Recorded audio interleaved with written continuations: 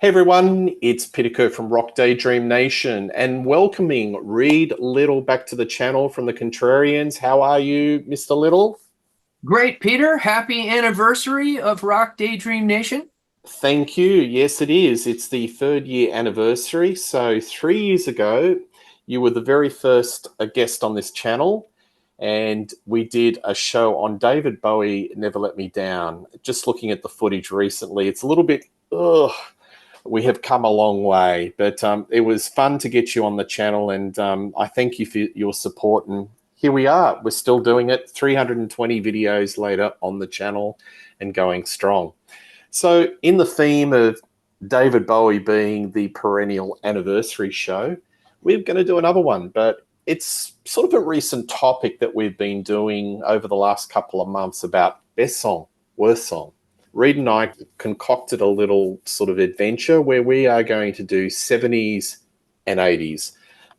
I think doing the whole Bowie catalog might have been an epic show. So we've just compacted it down to the 70s and 80s, and we might do another one down the track. So all the albums, starting from The Man Who Sold the World, finishing up with Never Let Me Down. So best song or least favorite song, every album. So Reed, are you ready to rock and roll and talk David Bowie? I am ready to rock and roll with you. There's a little Bowie callback.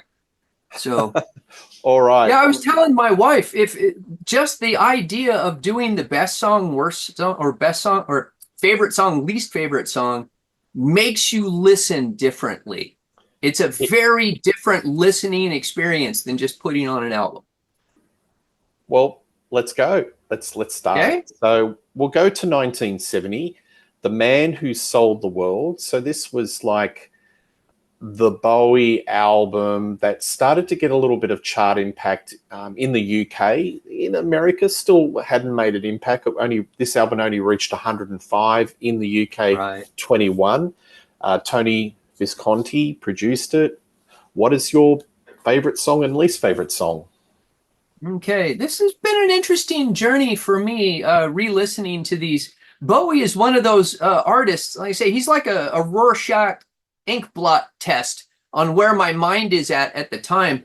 This was an album I really used to enjoy, but over the years, it has really slipped down the Bowie rankings for me.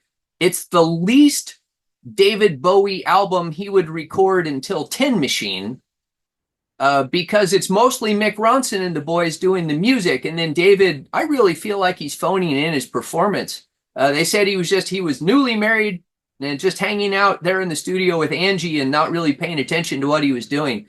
But there are some tracks on it I like. I like the opening track, The Width of a Circle. But my favorite is always going to be the title track, The Man Who Sold the World. And the reason it's my favorite is actually a little bit strange.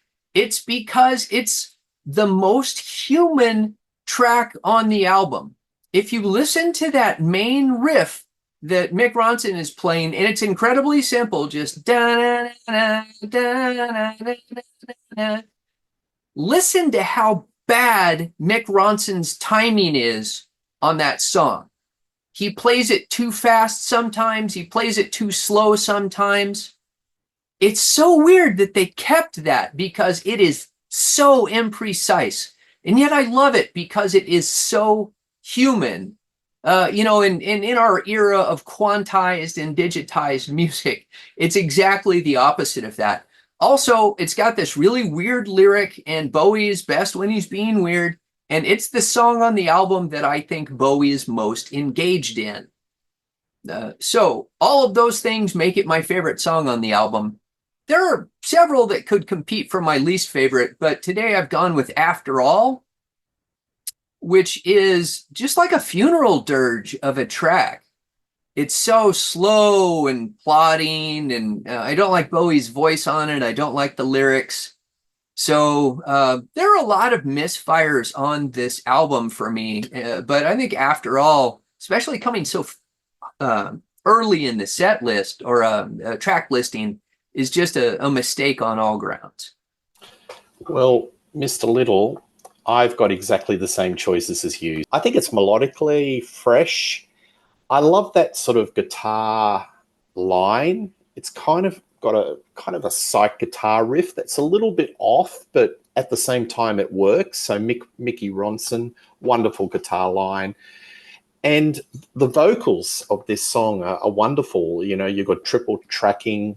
It goes into a bit of a choir, and it's very haunting. And the production on this song is really spick. So I think it's a wonderful song. And after all, David has a very different vocal line, and he is very English. And I wrote down almost Davy Jones from the Monkees English, you know, that very English, you know, sort of accent. It's weird. It's a little jaunty. He's got a nice falsetto to it, but it kind of goes into music hall and vaudeville as the song progresses. And I'm not a big fan of music hall. Are you? I don't know. No, and we're going to be talking about David's music hall leanings a lot as we go through this list. Yeah, some of it works, but I think in this case, Reed, it's probably on the wrong side of the ledger. But yeah, Man Who Sold the World is a great song, and after all, not so. So yeah, there we go. Nice. Same as Hunky Dory. That is the next album that came out in 1971. So it went to number 3 in the UK charts, and an improvement in the US, went to number 57. Favorite song, least favorite.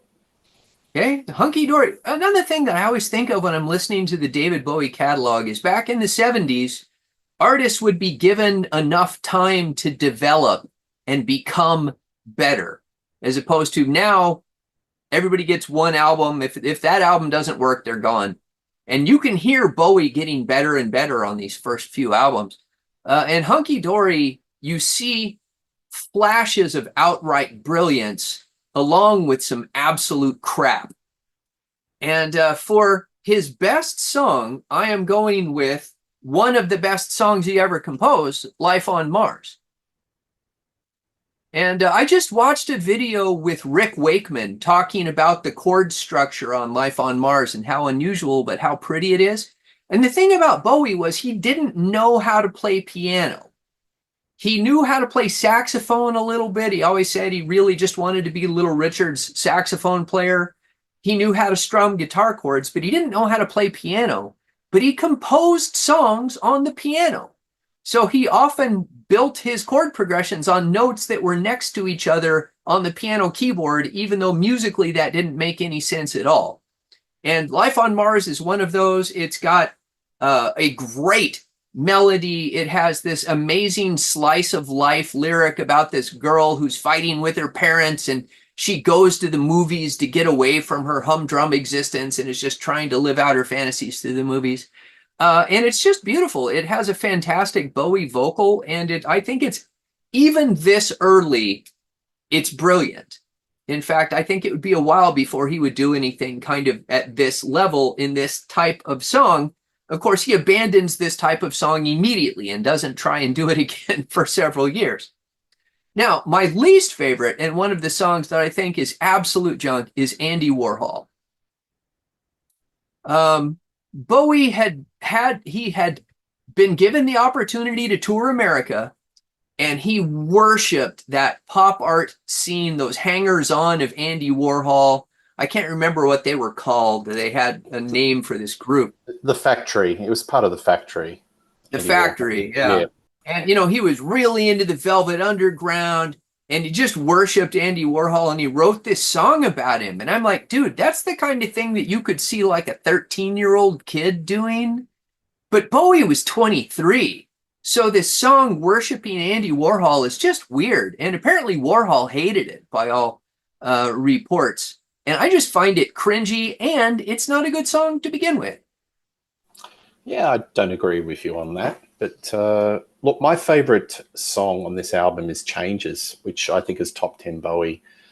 I think it's one of Bowie's greatest vocal lines. I love the lyrics where it's talking about reinventing yourself. And let's face it, Bowie was a chameleon, and that's his whole career summarized in this song.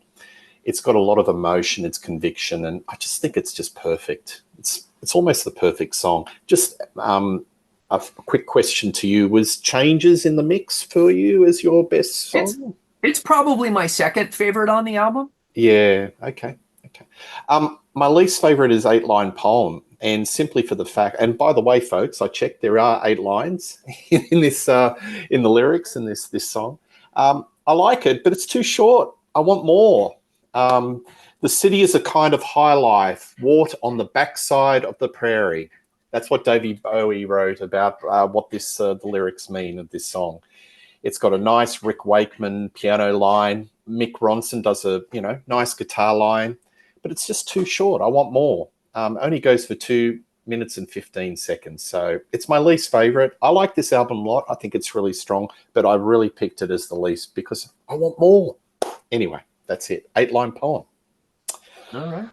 All right. So the next album is The Rise and Fall of Ziggy Stardust and the Spiders of Mars, and this is where it's starting to get to the apex of the whole persona of Ziggy Stardust. This got released in 1972, went to number 5 in the UK charts, another improvement in the US, starting to get to that sort of big cult status, number 21. Hand on heart, I'll just straight off the bat, this is my favorite David Bowie album. Read Little. What is your favorite and least favorite David Bowie song on this album? Okay. There are so many things I love about this album, although it's not my favorite Bowie album by a long shot. But I love that this album really grew out of his constant experimentation on stage with his persona. And then the idea of this artificial persona became an album about an artificial persona who is also the spaceborne savior of mankind until he's destroyed by aliens who are just happen to be passing by and they think they'd blow our mind. It is the perfect quintessential glam rock album. When people think of glam rock, this is probably the album that comes to mind first.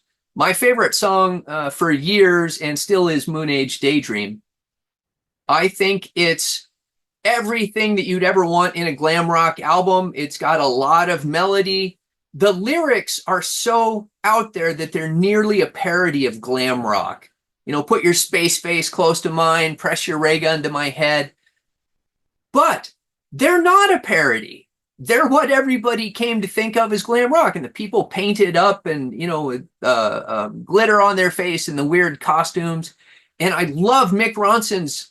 His guitar line is pretty sparse through most of the song until you get to this like psychedelic freak out solo at the end. And it's got this wonderful solo, which is the outro of the song. So Moon Age Daydream, that's been my favorite for years and years. My least favorite, now this was, I think, a bonus track that was not on the original album. My wife actually has the original album on LP, but I did not look at it. I only listened to the CD. And it's going to be Velvet Goldmine. So here we have David Bowie's music hall leanings again. Has that real bouncy Velvet Goldmine. I don't think it works. I think in this case, the lyrics really are a parody of glam rock. It has all of these really dumb sexual innuendo lines, like Velvet Goldmine. And it's not a successful song for me. I think the album is actually stronger without it. In fact, if he had given this one to Mott the Hoople and put all the young dudes on Ziggy Stardust, that would have made it a truly untouchable album. Rightio. Well, this was a tough one because I just think this album's perfect. And if push comes to shove, I've chosen Suffragette City as my favorite song. Sure. And I think the lyric line that sums up 70s UK glam is wham bam, thank you, ma'am. Wham bam, thank you, ma'am sums up UK glam for me. It's just got attitude. It's got an engaging Bowie vocal line. It's Ronson's on fire. It's riffy. It's punchy. And it's just got a lot of chutzpah right at the back end of this album. And that is my favorite song of this album. Reed, it's my show. I'm not picking a worse song because there are no worse songs. Sorry. Okay. I've done a Read Little on you. Hey, they're your rules. My rules. I'm abstaining. So there you go. Let's go to the next album, Aladdin Sane. So released in 1973, went to number 1 in the UK. Again, further ascension up the charts in US, went to number 17. What is your favorite song and least favorite song on this album? Right. So this was the type of thing you only got in the 70s, where you had somebody who had a hit album, and then instead of letting that percolate, they put out another album basically while they were still doing the Ziggy Stardust tour. So it's almost Ziggy Part 2. And he would describe this album frequently as Ziggy Goes to America. Also, it is where he adds Mike Garson on the piano, which is, I love Mike Garson's avant-garde piano, and I think it really lifts. It's one of the reasons why I like Aladdin Sane better than Ziggy Stardust. So my favorite song is Drive-In Saturday. Now, if you think about it, this was another type of song that Bowie loved. He had the music hall leanings. He also loved late 50s, early 60s pop and doo-wop. Man was born in 1947, so that's when he was a teenager. Those were like his peak music listening years, and he kept that with him into adulthood and when he was a recording artist. And I think when he does that style of music, he sounds happy, and it really comes through. But then on top of it, he layers this incredibly bizarre lyric about people in the future living in these domed cities who have forgotten how to have sex. And that was just, nobody but David Bowie would come up with that. Inspired by a train ride through America where he sees some like holding facilities off in the distance, and he kind of has this little fantasy about what might be under these domes, and comes up with this idea of Drive-In Saturday. He was an interesting human being. Also, he didn't like flying. That was why he was on the train. My least favorite is the cover of Let's Spend the Night Together. But possibly not for the same reason. I would not be surprised if you picked that one too, because I know you're a Stones fan. I'm not a Stones fan, so I actually don't care that he's doing a Stones cover. I think that for most of the song, it's quite a good version of it. But it's at the end where everything slows down and you just get, dude, let's make love, but dude. And it's just like the whole track falls off a cliff at the end, and I think it was really a poor decision on his part. But I actually kind of like the combination of Mike Garson's avant-garde piano with this real simple Rolling Stones rock song. Still, it's my least favorite on the album. Good stuff. Time is my favorite. Is Waiting in the Wings, speaks of senseless things. I think this is Bowie at his theatrical best. So you know how I was saying a couple of songs ago, I don't like the vaudeville music hall. But this is on the right side of the ledger. It's not musical, but it's very theatrical. It's majestic. I think the lyric is a great lyric. It gives a sense of everyone. It gives a sense of perspective of where people are placed in the world, and time just slips through everyone's fingers. And in the scheme of the character of Ziggy Stardust, I thought that was a very conscient type of lyric. I love the playing of Mike Garson, which you eloquently just spoke about. I think he is a wonderful foil for David Bowie. And so it was Rick Wakeman, and then it just switched over to Mike. You've got, Rick Wakeman was wonderful piano player, but not too shabby to get Mike Garson. And right. Some wonderful piano lines. But I really love Time. And live, it's it's kind of a showstopper for me. So, but it's very theatrical, and you're right. Let's Spend the Night Together is not in my wheelhouse. I just think it's a little bit overwrought. I don't like the ending, and I think when you do a cover song, you've got to at least try to supersede the original or put your own personality on this one. And to me, I don't know. I don't think it enhances the original in any shape or form, because the original has a lot of knowing sexuality. It's kind of cheeky, and it really has the personality of Mick Jagger. This one is like, I don't know, doesn't quite do it for me. So Let's Spend the Night Together is my least favorite. All right. Reed, this is a really good segue to the next album that we are going to cover. And we did Reed messaged me during the week and said, "Oh, is Pinups going to be classified?" And I said, "Yeah, absolutely. It's a studio album, so we're not just doing originals." Pinups 1973 that came out, released in October, went to #1 in the UK. So with Bowie was starting to get a bit of a run, and hit number 23 in the US charts. So least favorite song, Reed. Sure. And before I go on to that, did you know that the song Time has a reference to the death of, I think it was David Johansen in the New York Dolls? Bowie had met the New York Dolls when he was hanging out with the factory crowd in New York. And Johansen had died of a alcohol and drug overdose. And that's where that line, time in Quaaludes and red wine, that's where that comes from. So, sad. Pinups, the cover of Pinups with David Bowie and Twiggy. Twiggy's kind of lost to consciousness now, but she was the 70s model in the way that maybe Kate Moss was in the early 90s. The It Girl, wasn't she? Yeah, that cover of David and Twiggy on the front is iconic. David had a lot of good album covers.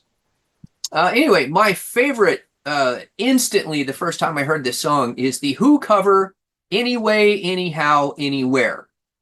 So David Bowie loved the Who. If you listen to his 1960s albums, both weirdly called David Bowie, although the second one is now usually retitled as Space Oddity, David basically sounds like a mix between the Who and Syd Barrett era Pink Floyd. He hadn't yet really found his voice as a new performer, but it was the Who that he was chasing.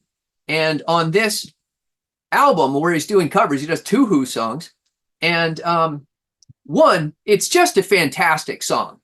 You know, Pete Townsend was writing amazing pop rock songs in the 60s.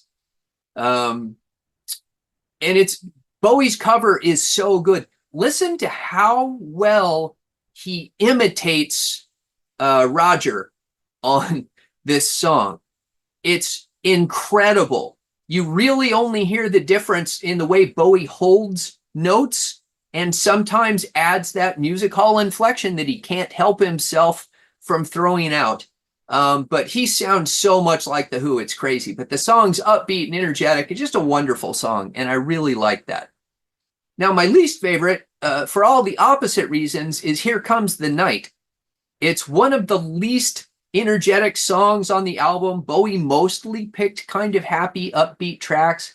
Here Come the Night's a little slower, a little more methodical, and it brings the mood of the album down. And again, he puts it at track 2, which that may not have been his decision. Albums were arranged based on the length of the songs, often much more so than by any kind of artistic integrity. So that may not have been his choice, but nonetheless, I think it's a mistake putting it at track 2. It's one of only 2 really slow songs, Sorrow being the other one. But I think Bowie's voice on Sorrow is so much better. So anyway, anyhow, anywhere. And I think this song kept the Who from hitting #1. I should have looked that up, but it's like a cover of their own song by a different artist kept them from reaching the high chart position. And Here Comes the Night's my least favorite. All right, thank you. Thank you very much. My favorite is Sorrow. I love that. I think it's a wonderful cover, nice vocal, a lot of emotion, and it's just perfectly arranged. I think this is the strongest song on this album, easily.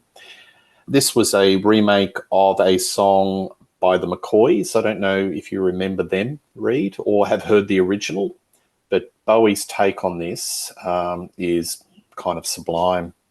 My least favorite is the cover version of the Easy Beats 1966 classic, Friday on My Mind. It's probably one of the greatest Australian pop songs ever written. It's played today. It's revered. It's just 3 or 4 minutes of perfect pop, Banda and Young.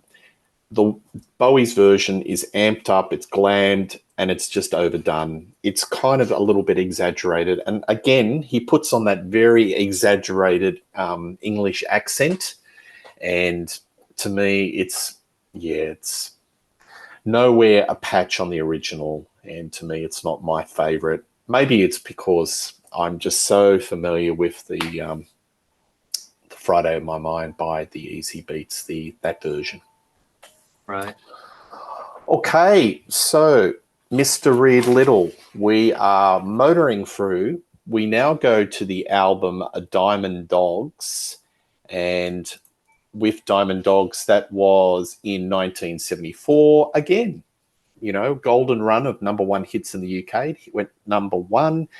It hit number 5 in the US, so starting to get some top 10 action. What's your favorite song and least favorite song from this 1974 album? Okay, so this is where you get into. This is a tough one for me. I frequently call Diamond Dogs my favorite Bowie album. Bowie has ejected the spiders from Mars. He's just on a harmless pop record in Pinups, and then he goes right off the deep end with Weird Bowie. He was obsessed with the book 1984. He did a performance which he called the 1980 Floor Show, which is one of the worst puns, but he couldn't get the estate of I'm spacing on the guy who wrote 1984. Wow. Anyway, he couldn't get the rights to call his album 1984. So he came up with this alternative, weird, dystopian future in Hunger City. And I love it from start to finish. But my favorite song on it, one of my all-time favorite Bowie compositions, and it's listed as 3 tracks, but you can't separate them. It's Sweet Thing Candidate, Sweet Thing Reprise. And it's one of the most harrowing vocals that Bowie has ever recorded. This incredible story of this male prostitute in Hunger City, who at the beginning he's trying to attract clients, and he's like, yeah, life sucks, but I can provide you a little hope. That's a cheap thing. And then we're going to have meaningless sex and maybe go down and take some drugs and listen to a band and commit suicide. The whole concept is it's so dark. It's got this in the candidate part. Oh, Bowie, he puts on this absolute clinic of different voices. When he's doing the trying to attract a client, there's a bit where he sounds like Mae West, the famous movie vamp from the 1930s. He's like, I love the part where he goes, I'll make you a deal like any other candidate. It's just so smarmy. And he puts on this theatrical performance through this song that's just amazing. It has these little lines in it, like there's this martial drumbeat, which is supposed to sound like an executed person walking to the guillotine. And it's the guillotine because he throws in this line about these French women. I can't remember the word. The way he pronounces that I don't think is correct, but Bowie did speak French, so maybe he's right. And these were women who actually would hang out in the plaza where the revolution was executing French aristocrats, and they would just sit there and knit. And they came because they were so unaffected by everything that they were just like, yeah, doing their knitting while these people are having their heads chopped off. So I said, it's so dark and so bleak, and yet has such beauty in it. I think Bowie never was able to channel his weirder impulses quite so well again. Now, for my least favorite is the song Rock and Roll With Me. Now, this is a really strange track because it's clearly about the experience of being a rock star. And he's talking about how happy he is when he's on stage and people are enjoying the experience when you rock and roll with me. And yet he performs it almost again as a funeral dirge. So the music is very sad. It's like he theoretically loves performing, but in fact, it's actually destroying his soul. And at this time, this was when the drugs were starting to take over his life and things were getting pretty bad. So there you go. Sweet Thing Candidate, Sweet Thing Reprise, and then Rock and Roll With Me. Very nice. Very nice. You've got to admit that David Bowie was one of the more literate lyricists, wasn't he? Extremely well read. I think I read an interview with his son who said that he never saw his father without a book in his hand. Right. So, and I think that comes out in a lot of his lyrics, where they're inspired by different sort of stories or literature. Sure. I like 1984, Reed. I love the drama of it. I love the strings, dun-dun-dun. It's just really kind of very dramatic. And I think this album is kind of wrapped around this song. I actually heard this song on a compilation, which was my entry point before I actually heard Diamond Dogs. But I always thought that this song sort of popped out and it was just full of drama. And I love that Bowie when he does the big booming voice, and you can imagine he's on stage and he's really got gusto and he's just belting it into the microphone. But 1984, it's not a long song, but it's just full of drama, gusto, and yeah, it's my favorite song on the album. My least favorite is the very wordy name Chant of the Ever Circling Skeletal Family. It's a bit of a mantra, bit of a chant. It's probably a song that I don't gravitate to. Do you like this song?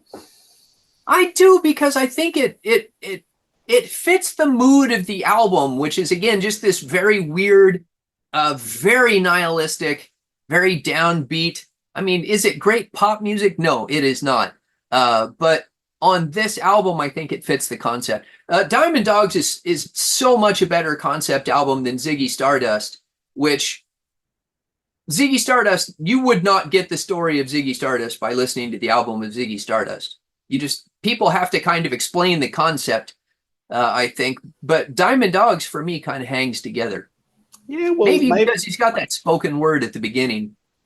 Maybe as a concept story, it might be hang better, but I just think Ziggy Stardust has better songs across the park. I don't really need to know the concept of the story, but each song on itself, I just think pound for pound stronger. But hey, that's my opinion.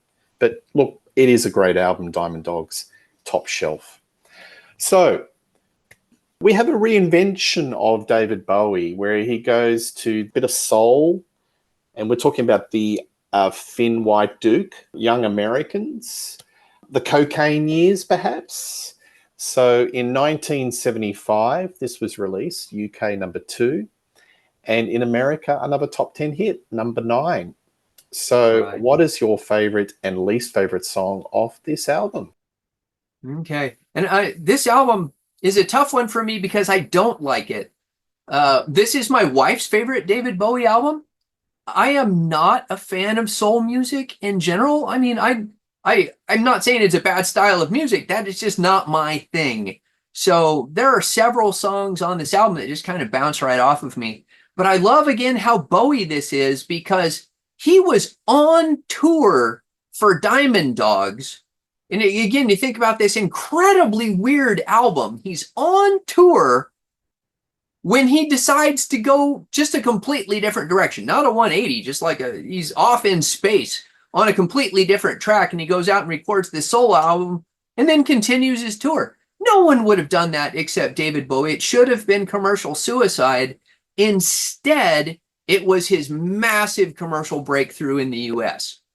And my favorite song is his very first US #1 hit, which was Fame, recorded with John Lennon, who he was hanging out with at the studio. And given how popular this song is, how common it is, you're never going to see a best of Bowie album that doesn't have Fame on it. Any compilation is going to have this song. It's easy to overlook just how weird this song is musically. There's no melody to it. The guitar is angular. It doesn't support the song. He's got this weird vocal fame. Everything about it is off, and yet it all works.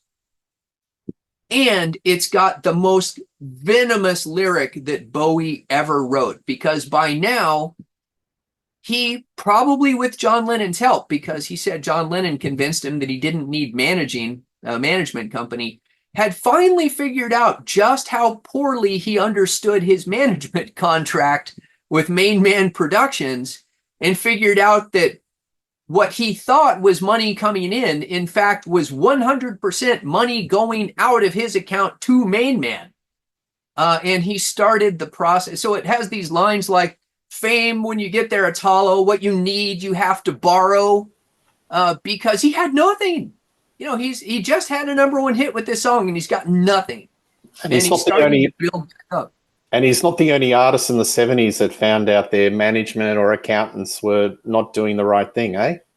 Right. You know, and I try to be very careful and not say that Main Man was ripping him off, because they were doing exactly what the contract allowed them to do. It's just that Bowie didn't understand his contract. He should have had a lawyer that was working in his best interest, look through it. Hey, people don't become musicians because they're great business people and have good legal minds. My least favorite, interestingly, having just talked about John Lennon, my least favorite is the Beatles cover, Across the Universe. I think anybody covering the Beatles is already on thin ice. I don't particularly like the song to begin with. I much prefer the Beatles kind of pre-Magical Mystery Tour. And I don't think it's a fantastic song to begin with, but if I'm going to listen to it, I would much rather listen to the Beatles version than David's cover of it. Well, my friend, we have synchronized minds here. I did choose Fame. I think it's a wonderful song, and it's an unusual hit song, isn't it? It's more of a vibe. It's very funky, and you're right. Those lyrics are just biting. They're very sharp, sort of angry lyrics from David Bowie about the pitfalls of fame and just what fame is. And you can distinctly hear John Lennon on backing vocals that, right. adds a lot of gravitas to the whole song. But it's more of a groove. It's more of a feel song. It's not a traditional bridge, chorus, verse, that sort of thing. Across the Universe, I love this song. I think Across the Universe in Let It Be is a wonderful, melancholy song, very environmentally conscious. But Bowie's version of this is not to my liking. It's very overwrought. His vocals are kind of pushed, and in some instances they're kind of growly. He really oversells the lyrics. Yeah, nothing's going to change my world when I listen to this version of the song. It's not to my liking at all. So it would have been interesting to whether John Lennon really liked this version. And the timing is quite unique that he did this song around the time that he did Fame with John Lennon, isn't it? Yes. He's pro bono, I'll do something for you, I'll cover it, and I don't know. Well, I'm sure that Lennon had some input on it since they were hanging out apparently in the studio together. Yeah. Anyway, there you go. It's an interesting period of Bowie's life, Young Americans. It was fascinating. I was watching the Cher show. Remember that variety show that she had in the mid-70s where she got rid of Sonny and it was just her? And there's a melody that she does with David Bowie. And David looks like he is so suffering with malnutrition. He is so thin. He is literally the thin, I haven't got any muscle on me Duke. And he does this song routine with Cher. It's quite unusual. And he just survived on Coke and alcohol, and basically they didn't eat. So it's amazing that he got through that period, isn't it? It really is, yeah. And that he lived as long as he did. Absolutely. Okay, starting off with an album called Station to Station, UK #5, US #3. So only 6 songs on this album, Reed. What is your favorite and least favorite song? Okay, so one note, this one was his last Los Angeles album. And Station to Station's a very difficult album. I find it very challenging. It's got some really good stuff on it. You can hear Bowie is really searching with songs like Word on a Wing. But my favorite gets back to Weird Bowie. Weird Bowie is my favorite Bowie, and that's TVC15, which Bowie's lyrics sometimes are a little open to interpretation, but this song is about a guy who's having sex with his television and his girlfriend doesn't like it. And I think about in an era where anybody with an internet connection has 24/7 access to free pornography, this song is bizarrely prescient. That sort of thing was just no one would have conceived of that in the 1970s. But plus, it's a great pop song. Plus, I love the timing of that. Oh, my TVC 15. Oh, TVC 15. That's just a great little line. And on an otherwise challenging album, it provides a nice palate cleanser. Now, interestingly, my least favorite is the opening track, Station to Station.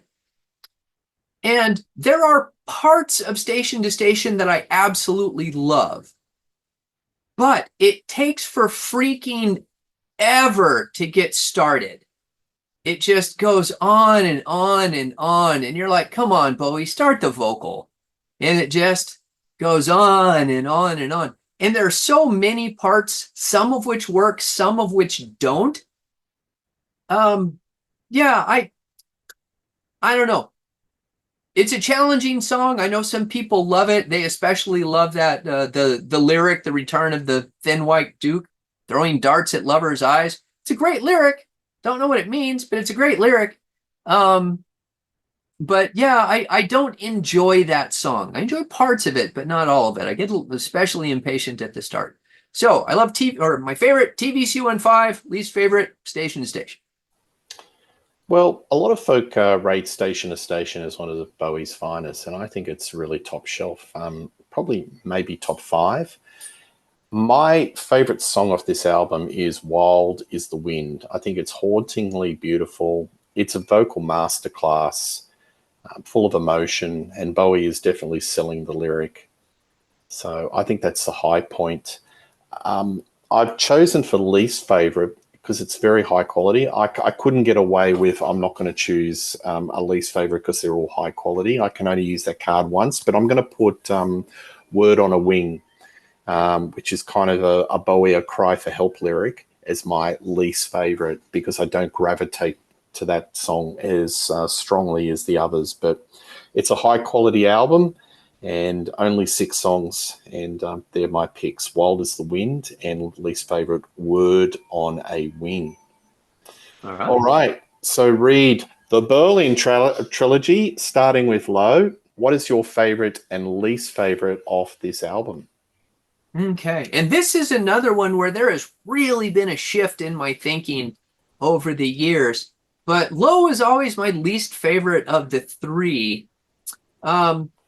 But I do like some of the songs. My favorite is Always Crashing in the Same Car, which I think that is just a fantastic metaphor for how you sabotage yourself, the futility of constantly making wrong decisions. At the same time, it was apparently inspired by an actual incident where they were driving around the hotel garage too fast and crashed a car. And that's a little literal for David Bowie. That's like nearly exactly how Ian Gillan came out with the lyric for Trash on Born Again, right? So Bowie usually was not quite that literal in his inspirations, but I like his vocal on it. He sounds so tired, which in a song about futility, that's the correct delivery. And I'm cheating a little bit, and I know I'm going to get a lot of hate in the comments for this, which is fine. I have picked for my least favorite track all of the instrumentals. I don't like the instrumentals on this album for a very specific reason. There's no David Bowie singing on them. You know, I do not listen to David Bowie so that I can hear Brian Eno do ambient music. So if he had done more vocals, maybe I would have liked them. There are some interesting ideas there, but I never listened to those. I know some people absolutely love them. And, you know, that's cool. I'm not the music police. Love anything you want. but I miss the fact that, you know, you get basically half an album that David's not even singing on. Yeah. So I like Always Crashing in the Same Car. Least favorite, every instrumental track on the album. Thanks, Reed. Thank you. I like Breaking Glass. 1 minute and 51 seconds. It's kind of new wavy. It's post-punk. It's punchy. It's spiky. It's like kraut rock, sneering vocals. There's a bit of attitude. I think Bowie, may have been peering over what was happening in Old Blighty with, what was happening in the punk music scene, but it's just got a lot of attitude. Again, I wish it went on a little bit longer, but 1 minute 51, it doesn't outstay its vocals. And it's got a very brutal fade out. I think that's one of the most brutal fade outs of any Bowie song. And Carlos's guitar work is great. I'm with you, Reed, but I didn't pick the whole suite of instrumentals. I just chose one, Subterraneans. Kind of meanders, a mood piece. I know he's getting experimental. And I was actually looking at the chart placings, and even though he was still in the upper reaches of the UK charts, like this album hit number 2, this one went to number 11 in US. And I'm looking at the Berlin trilogy, and you could see in the US it was starting to go down as he was becoming more experimental. Right. Holding his own in Britain, because I think they were kind of very open to that sort of music, what was happening in the scene. But America may be used to the radio hits, not so much. Yeah, and what a departure from Young Americans. He's the chameleon, isn't he? It's all about changes. So there you go. Oh. Heroes. So released in 1977, produced a uber hit, Heroes, number 3 in UK, number 35 in the US. So what's your favorite and least favorite of this album? Right. So this is one of those albums that this used to be my favorite of the Berlin trilogy, and it no longer is. Now I find some of the songs are a little bit of a chore to get through, but it is definitely one level up the accessibility ladder from Low. Low is like the artiest thing that Bowie would do until Tin Machine. Heroes is a little bit more accessible. And clearly the title track is my favorite composition on it. I love the story. He had invited Robert Fripp to play on it. Fripp hadn't played guitar in years. I mean, he just called him up and said, come play on my album. He's like, I haven't played in years. It doesn't matter. Come on over. So they brought him in. And the story is that he sat down in the studio and they said, all right, play. And he's like, what are you talking about? What do you want me to play? And they said, it doesn't matter. Play whatever you want. And what he played is, and that became Heroes. So Magic. This is another composition that I think is too long. It has too many parts. Some of them are great. The back half of the song is really like if you think of it as the single length version of it, is amazing. I love Fripp's guitar work on it. I love Bowie's anguished vocals when he's singing about the lovers meeting under the Berlin Wall. He's just like screaming about the vocals. But I do think it's funny that people call the song Heroes. Like you were saying, the song is actually Heroes in what we call quotation marks. Did the English call this inverted commas? I hear that all the time on YouTube videos, in inverted commas. Anyway, the idea being they're not heroes. It's just people making out by a wall. To call them heroes fighting back against, communism is insane. But that's just a little bit of subtlety in the track, which is otherwise quite interesting. My least favorite is Joe the Lion. Nothing about this song works for me. I don't like the lyric. I don't like his vocal. And on my CD copy, there's a remixed version of Joe the Lion at the end of the CD. And I'm like, why do I have 2 versions of this song that I don't like on this album? So it starts and ends with with my least favorite track. But I hate his vocal delivery. Joe the Lion said he was a fortune teller. I'm like, oh, no, I don't like it. I don't like anything about it. Apologies to the viewers for that singing performance by Reed. Anyway, we will carry on. Heroes is my favorite. I love it. I just think it's just wearing the heart on the sleeve. And the funny thing about the vocals was, you know how you got a microphone in the studio and there's, what's that thing in front of it that's sort of like the protector? It's Yeah, like yeah, the gate. it's a windshield. It's a spit cover to keep you from blowing air Yeah, and moisture into yeah, the microphone. took it off. And that's why it is actually really pumped up and loud and amplified. So he wanted it kind of raw, and it's like he's really close to the mic. I think that's one of his most heartfelt, emotional vocal performances. It's a masterclass. I think this is one of Bowie's greatest songs, and there's so many damn versions of this song that are just second rate. It really annoys the crap out of me, Reed. Look it up and see who has covered this song. And, I think it's like a facsimile. It's sort of every single cover song that's done subsequent to the original dilutes the emotional power and rawness. There's not one version of this song that I can say is on a par with the original. But, it's a covered song.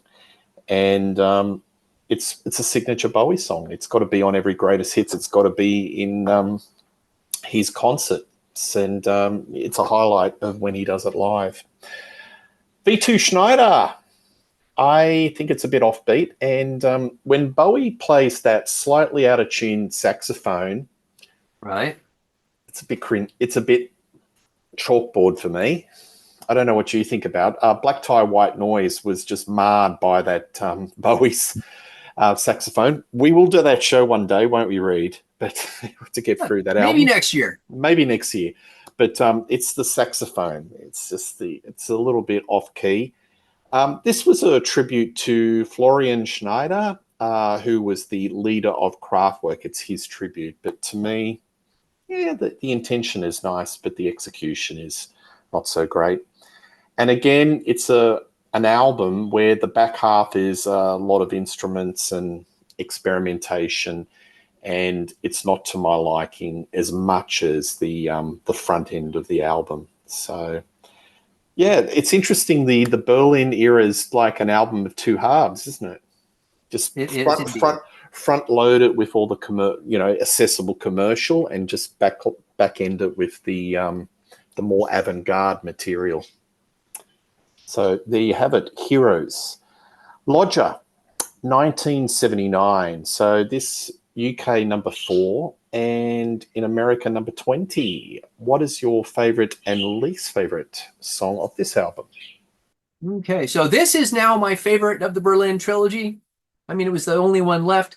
I love the addition of Adrian Belew. Adrian is one of the few truly experimental guitarist who I think is successful. He's very Beatles influenced. He's very good with melody, in addition to doing all this crazy experimentation.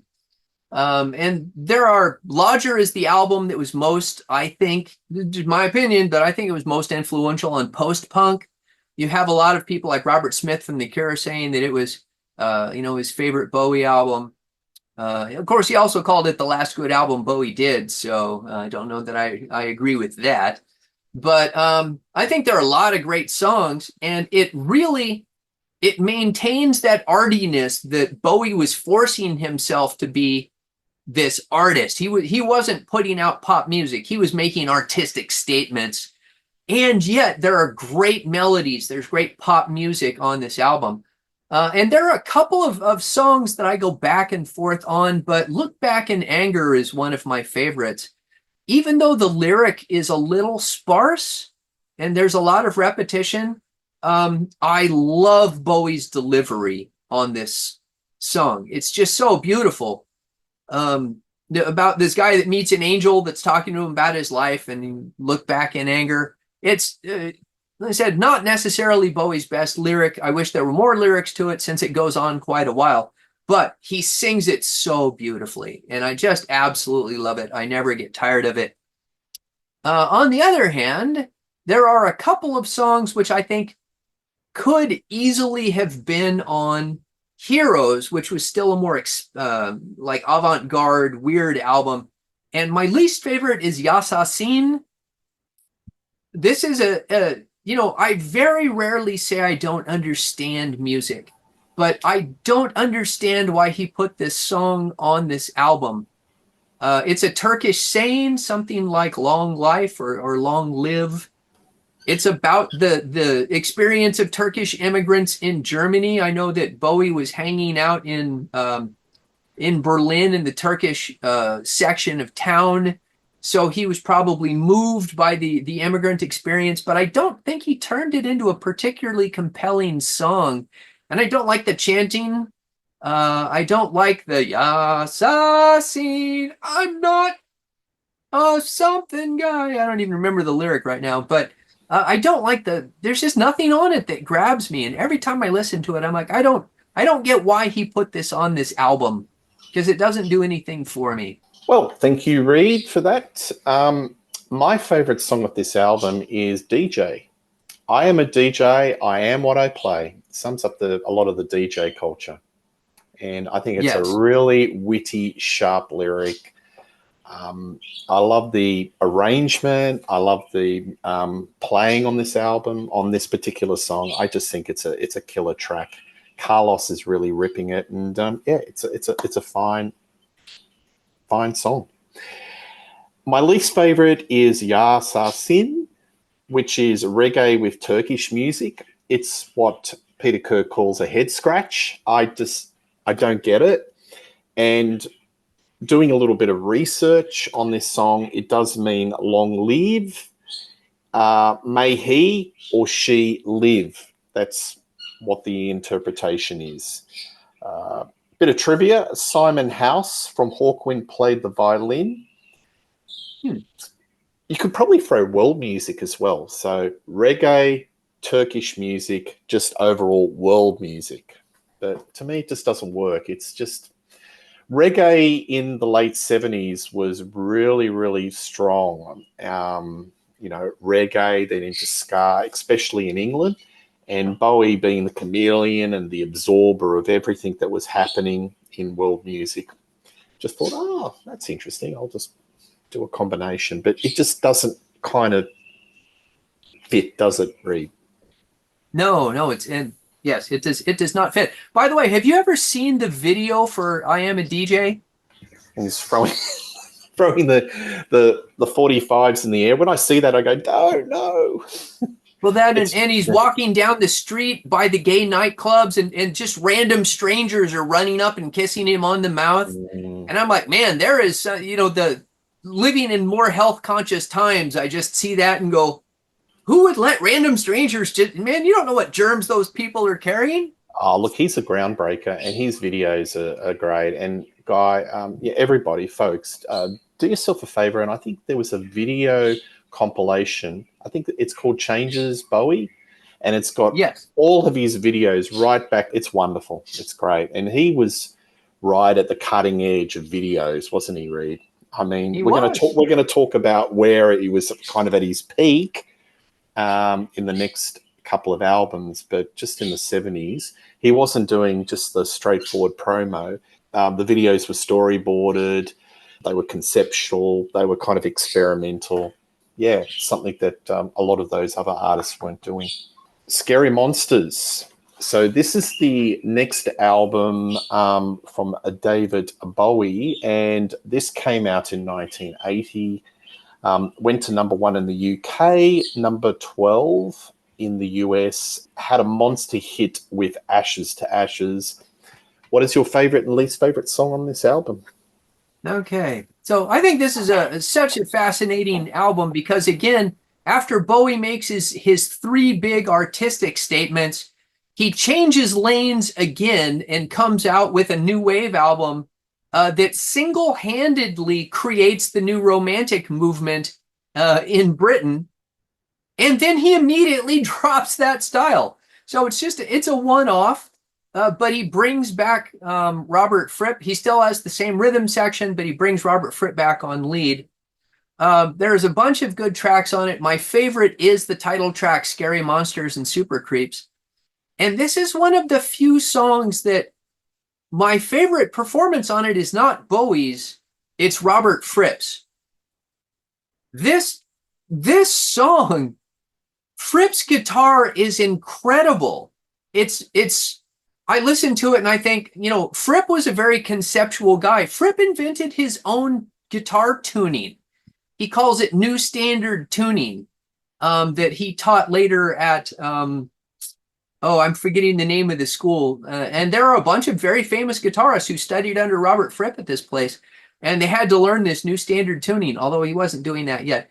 But I mean, that's how conceptual he is. And it's like he assigned himself the idea that he was going to play as many notes as possible without ever playing anything that was in key, which is a bit of an exaggeration. He plays a little bit in key, but it's all over the map. And he's playing so fast and so outside. It's confusing and brilliant and really interesting to listen to. If anything, its only flaws, I think it doesn't necessarily fit the music, but somehow that makes it fit the music. And at the same time, I think Bowie's vocal, it's good, but you can start to hear that he's off of that arty vocal from the Berlin trilogy, and we're getting more of the pop vocalist that we're about to get on the next 3 albums. My least favorite is the song Scream Like a Baby. Years ago, I read that the lyric in this song is about the torture of political prisoners. I can't unhear that, and now I just find that song, because of association with that concept, I find it so unpleasant that I can't listen to it. Fair enough. My favorite song is the #1 smash, or was in these waters, Ashes to Ashes. I just think it's just a wonderful song, and it's kind of part quirky, part sentimental. And I love how the lyrics reference, old characters. It's like this Major Tom character 10 years in the future, and he's a recovering junkie, and he's sort of lost in the purgatory, and just reflecting on his life and where he is. And that wonderful film clip where he's walking on the beach, and it's sort of like, it's kind of done in a negative, reverse negative. And right. You've got this entourage behind him, and it was all the entourage of the New Romantic scene. It had Steve Strange from Visage. I don't know, Susie Suze? Look, our viewers will correct us, but you're right. I think that single video clip in this song kickstarted New Romantic, but I don't know if it was intentional. It's one of those things where things accidentally kick off stuffing. I think all the stylings of this particular song and that video kicked off a movement, but it may have been accidental and not deliberate. Right. But Ashes to Ashes, Funk to Funky, we all know Major Tom's a junkie. There's one line in this song. I'm sorry, I'm focusing on this one. I've never done good things. I've never done bad things. I've never done anything out of the blue. Whoa, whoa, whoa. I love that line. It gives me a shiver up my spine. It's just perfect. You know how there can be a turn of a phrase and a vocalization, and you just think, wow, that's just perfect. I think this is top 5 Bowie. I think it's one of the most perfect songs. A little bit of trivia about Robert Fripp. He was in the studio and he was grappling with some guitar lines, and he's going to David, what do you want? He goes, Richie. Richie what? Play like Richie Blackmore. I'm not sure if it comes out like that, but, Fripp was looking for some sort of guide or prescriptive guidance, and Bowie said Richie Blackmore. I don't understand. Okay. Scream Like a Baby. I find this odd. It's got an odd arrangement. The melody's kind of off kilter. It hasn't got perfect pitch. It's rough. It's ragged. It's not my favorite song on the album. It sits out.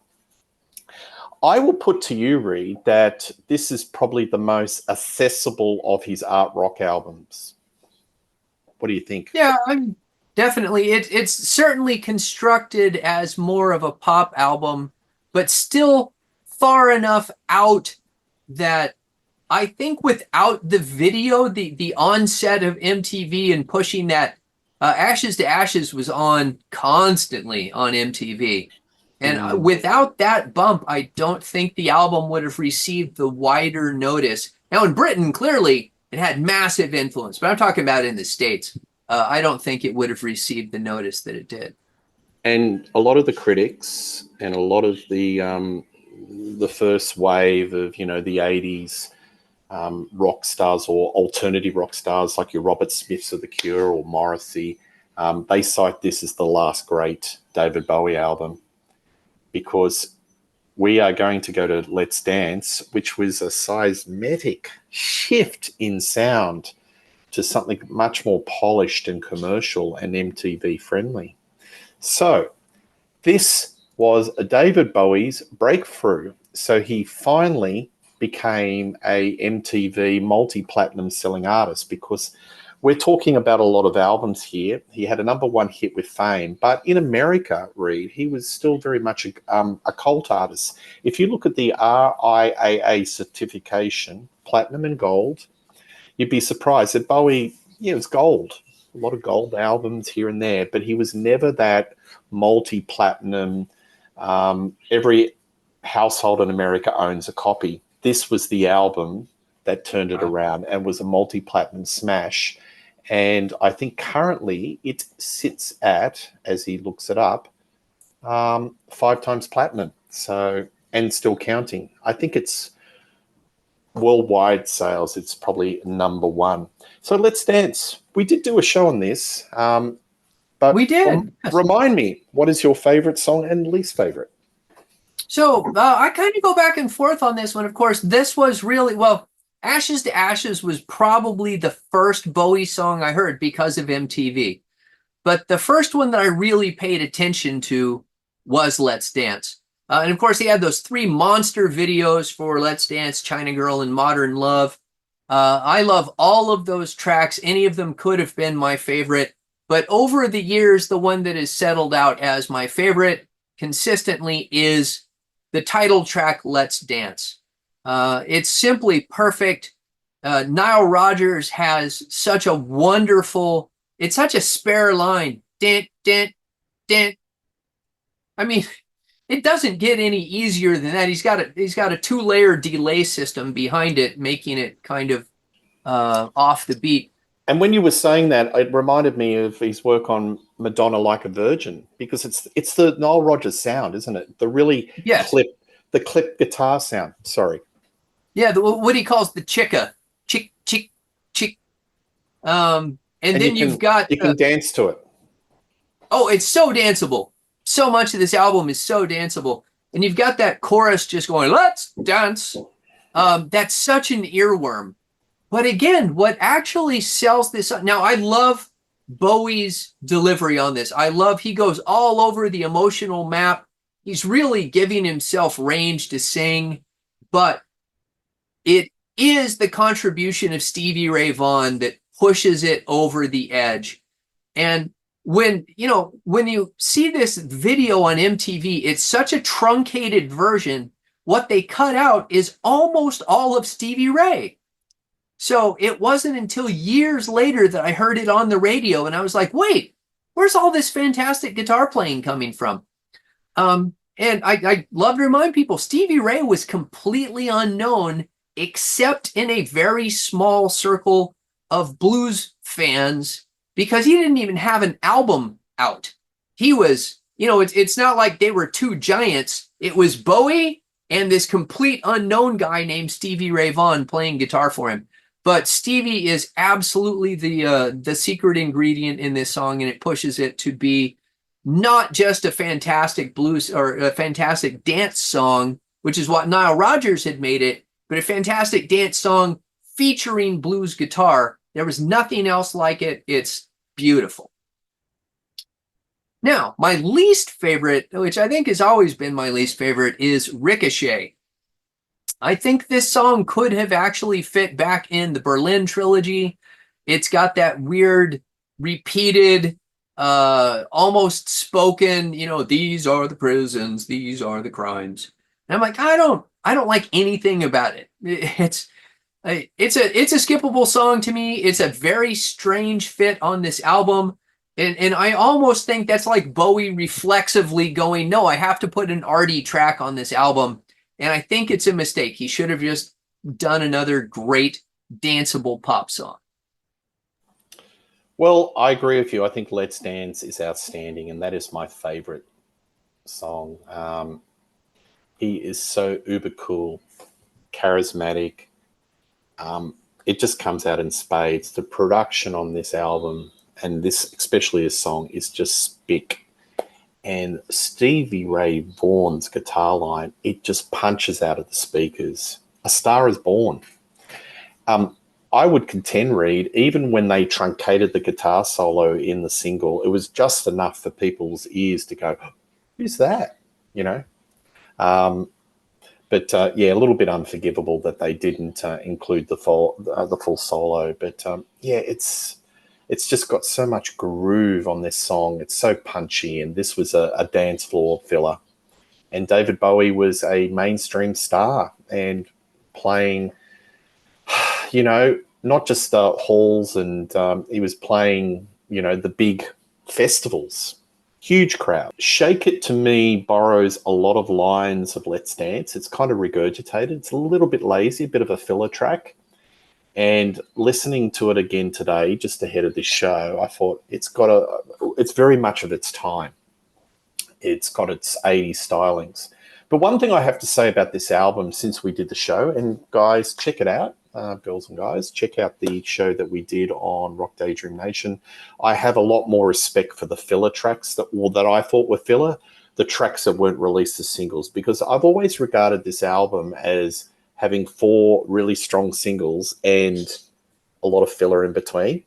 But since that show, I appreciated that there is a lot more to this album, and as a whole, it's pretty solid. All right, Tonight. So Tonight came out in 1984, went to number 1 in the UK, number 11 in the US. Bit of some very strong opinions on this album. You might remember the catchphrase of what we called this show. What's your favorite and least favorite song off Bowie Tonight? Right, and we have done a Tonight show, if I am not mistaken. Yes, we have. So everyone go check that one out. I don't remember what we said about it now. That was a long time ago. Is this the worst album Bowie's done? Something along those lines. Yeah, that is... it's certainly in contention. This was, you know, so let me organize my thoughts a little bit better. On Let's Dance and on Tonight, he specifically picked producers to also be songwriters. So Bowie had, I know on Let's Dance, he had some demos of a couple of the songs, but Nile Rodgers really wrote a lot of the music. And I never bothered, I know this is a terrible disservice to the man, but I never bothered memorizing the producer on this album. But he also wrote a lot of the music. And this time, Bowie just did not as successfully pick somebody who was going to fit his style of delivery. Plus, I think Bowie had decided, Let's Dance was maybe, it was so successful, but it was a little too commercial. And now I want to make an album that's not quite so commercial. And what he ends up making is just not good in many cases. But there are a couple of standout tracks. My favorite song is Loving the Alien. I think this is one of the very successful songs on the album. I think that would have been a much better title for the album than Tonight. The lyric, again, very prophetic. It's a plea for understanding between the West and the Muslim world, which, 20 years later, that would become a very hot topic. But in the mid-'80s, certainly at least in America, nobody was really even paying attention to that concept. So the lyric about the Templars and the Saracens and bringing this historical perspective to it is very un-Bowie. Bowie rarely wrote about history. So I think that makes it very interesting. He sings it very prettily. Now, my least favorite, and I know which song is going to be Peter's least favorite. But my least favorite is his cover of Tonight. He has 3 Iggy Pop songs on this album, a couple of them, and he co-wrote, such as Tonight, is David Bowie wrote with Iggy back on the Lust for Life album. And I had to go back and listen to Iggy's version to remind myself how much better it is. The bizarre, down-tempo, faux reggae beat just takes a song that was already about, really very dire subject matter. He's talking about, his lover is dying and he's spending this last night with everything's going to be all right, even though it's not. And instead turns it into this weird, faux reggae duet with Tina Turner. And Tina Turner was hot at this time. She was in the charts. She was having a career resurgence. And she does this song no favors. It's a terrible misstep on both of their parts, and I absolutely hate it. Yeah. Well, I agree with you. I think Tonight album, Loving the Alien, is my favorite. I think it's lush, it's symphonic. Bowie sings with a lot of passion and gusto, and it's easily the best song on the album. And I would have preferred if he called the album Loving the Alien. Sure. But that's a great song. I'm going to pick God Only Knows, because God Only Knows why David did this song. I mean, sometimes you have musical heroes, but you just leave it as they're my musical heroes without covering it. It's overwrought. It absolutely squeezes the joy and the whole wistfulness of the song. He turns it into something that's kind of joyless. He's just overhyping it in his delivery in the studio, and everything is just, it sums up the 80s. It's totally excessive. The mastery and the wistfulness and the meaning of the original song has just absolutely, it's like a squeegee and just squeezed it out. So I'm not sure if Brian Wilson would have been too happy about this one. In the Sandpit. Right. Well, this was when Brian Wilson was quite, off the deep end himself, so he probably didn't even know what was happening. Or maybe when he heard it, it jolted him to make a record and correct things. We never know. All right. Well, isn't it funny? We go back 3 years, and that was the first ever show that we did on Rock Daydream Nation, and it was Never Let Me Down. So Interested to see if your choices have changed and mine. So this is the album that came out in 1987, hit the UK charts at number 6 and the US in number 34. Again, this is an album that's much maligned. I did a quasi-defense of it 3 years ago, so I'll throw it over to you, Mr. Reed Little. Favorite and least favorite? Just as a reminder, there are 2 versions of this album, 2 very different versions. The original version, and then there is the 2018 re-recording where they stripped off all of the instruments, and it's really only David Bowie's vocal that is left, and everything else is new. And you can't you can't get it anywhere. Really? No. Well, you can. No, it was in a box set. Yeah, in Loving the Alien. Yeah. But other than that, it's never come out as a standalone, which is disappointing, and it's never been sort of really pushed out there. It was like once and done. Right. Well, and I love the redone version much better than the original. But what I think is very interesting again on this album is I think it is much more successful than Tonight in terms of Bowie is still putting out very much a pop album. He's actually, you can tell he's been influenced by artists like Madonna in the 1980s. But the lyrics of these songs are brutal. He's writing about urban decay and the plight of, he's living in New York City by this time, and he's writing about how, the urban wasteland in New York City. So my favorite song is actually the palate cleanser from all that. It's this great little pop track called Zeros.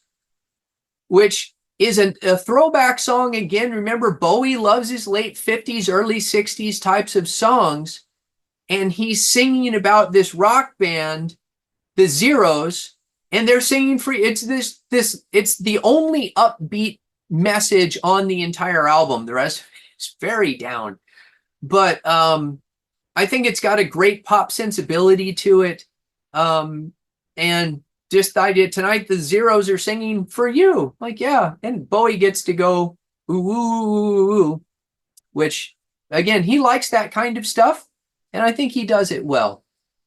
My least favorite, now this is really low-hanging fruit, but I'm doing it. My least favorite is the spoken word piece Glass Spider, which there are two versions. On the original version, they actually cut out all of the music. It's so weird. And it's just this really strange little spoken word piece about the glass spider, which does not fit this album in any way. On the 2018 redo, they at least add music back to it, but it still doesn't fit.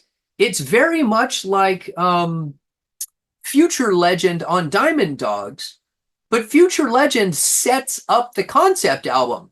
Glass Spider is like it would have set up a concept album, but Bowie didn't write that album. And then for some reason, he bases an entire tour on it. It's one of the weirdest and most literally expensive choices Bowie ever made, because that spider puppet that he carried around with him all over the world cost him a lot of money. Time Will Crawl. I love that song. It's kind of got melancholy. It's got a really emotional, direct lyric. Bowie loves this song, and a lot of interviews later, he's really dissed this album and put a lot of distance between him and this album, and just saying that he regrets the artistic choices. But he says this song I really like, and that's why you see a lot of those later year anthologies. This song's always chosen, and not necessarily the more modernized version that Reed was talking to, the original version of the 1987 album. But I like this album, and I will still defend it. There's a lot of production sounds that are very atypical of the 87s, like everything but the kitchen sink. Man, I mean, this was in the era of the Trevor Horn production, Frankie Goes to Hollywood, synth stabs and orchestras and Fairlight. It was just everything but the kitchen sink, and he's like a petri dish. He's just absorbing it all. But right. Time Will Crawl it's kind of a ray of humanity comes out in the album with all the bells and whistles. This is kind of direct, and I think it's a lovely lyric, and it's one of his most heartfelt songs. Glass Spider for me is terrible. It's that hippie Lord of the Rings mysticism rubbish. It's Codswallop. And music, I don't mind it. It's okay, but it's the spoken word bit to me at the start where I go, ooh, yeah, it's a bit of a red flag. I don't like this song at all. By the way, have you ever watched the Glass Spider tour? The whole show. In fact, I think it's the show in Australia that is on YouTube. I was there, my friend. I saw that when I was 18 or 19 years old, and I thoroughly enjoyed it. But to me, it wasn't a Bowie concert. It was more of Bowie on Broadway doing interpretations. Right. He had Tony Basil doing the choreography. He had Charlie Sexton in the band come on, because he was a little bit of a teen idol for a nanosecond. You had Peter Frampton helping him out. Right. Great band, but it was a lot of dance interpreter. It was like modern New York Broadway interpretive dance, and sort of holding all the songs. I think they played 7 songs from the album with some sort of narrative, with dance routines thrown with a lot of other Bowie legendary songs in the mix, like Heroes and Changes, etc., etc. But I saw it. Critics hated it, but I loved it, and it was good. And then I saw Bowie in 2001, which was his last ever time in Australia, and it was much more different Bowie. It was direct. He had the band and playing the greatest hits. So I've seen it both. I've seen the theatrical side and just the straight in concert. What about you? Did you ever see David Bowie? No, I never did. Ironically, I was living in the Dallas-Fort Worth area when he did his 2003 show, which was one of the last shows he ever played because of his heart attack. He had an onstage heart attack. Yeah. But at the time, I was not really a Bowie fan and never even occurred to me to go to that show. It's one of those you look at that later and go, should have gone. But Yeah, that I would have had to have been a different person to get that ticket. absolutely. Well, Reed, we did the business. We have done it. We have chosen, for most part, our favourite songs and least favourite songs from David Bowie, starting from 1970 and finishing in 1987 with Never Let Me Down. As I said, thank you, Reed. I really appreciate your contributions. You were there right at the beginning 3 years ago with that very first show. And here you are again on the anniversary, and lots of fantastic stuff coming to Rock Daydream Nation. Please give us your comments as to your favorite Bowie songs, your least favorite, maybe throw your favorite Bowie album. We love reading your comments. Please like this show. Please subscribe. It builds the community. But one thing's for sure, there's going to be plenty of shows coming in the future. Lots of interviews, lots of panel shows, lots of exciting stuff, keeping it fresh in 2024 and 2025. Once again, Reed, wonderful that you're part of this family, and great to have you on this show, and look forward to doing more shows very soon. Appreciate the invite, Peter. Happy anniversary. Thank you, and all the best. Cheers.